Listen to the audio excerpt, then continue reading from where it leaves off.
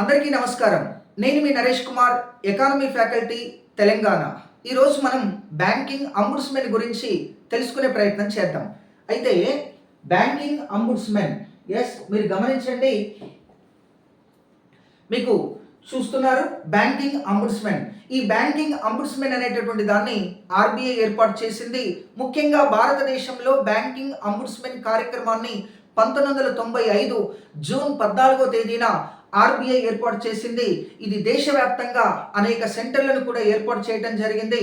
మరి banking ombudsmen యొక్క ఉద్దేశం ఏమిటి అని మనం గమనించి చూసినట్లయితే, భారతదేశంలో ఉన్నటువంటి ఏ బ్యాంకులోనైనా సరే ఖాతాదారుల పట్ల నిర్లక్ష్యంగా వ్యవహరించినటువంటి బ్యాంకు అధికారులపైన చర్యలు తీసుకోవటానికి బ్యాంకింగ్ అంబుడ్స్మెన్ కార్యక్రమాన్ని ఆర్బీఐ ఏర్పాటు చేసింది.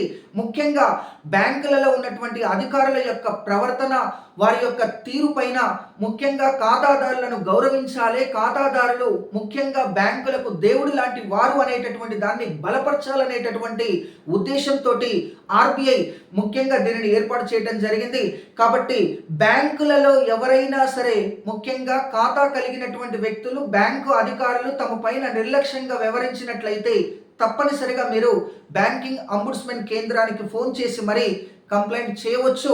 మీకు బ్యాంకులలో ముఖ్యంగా మేనేజర్ దగ్గర నుంచి మొదలు పెడితే కింది స్థాయి అధికారుల వరకు ఎవరైనా సరే, ఏ విషయంలోనైనా సరే బ్యాంకుకు సంబంధించిన విషయాల్లో మీకు ఇబ్బంది కలిగిస్తే తప్పనిసరిగా మీరు కంప్లైంట్ చేయవచ్చు.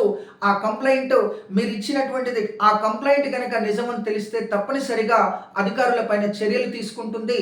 మీరు ముఖ్యంగా ఏ లొకేషన్లో ఉన్నారు, ఏ రాష్ట్రానికి చెందిన వారో ఆ రాష్ట్రంలో ముఖ్యంగా మరి బ్యాంకింగ్ అంబుడ్స్మెన్ సెంటర్ ఉంది.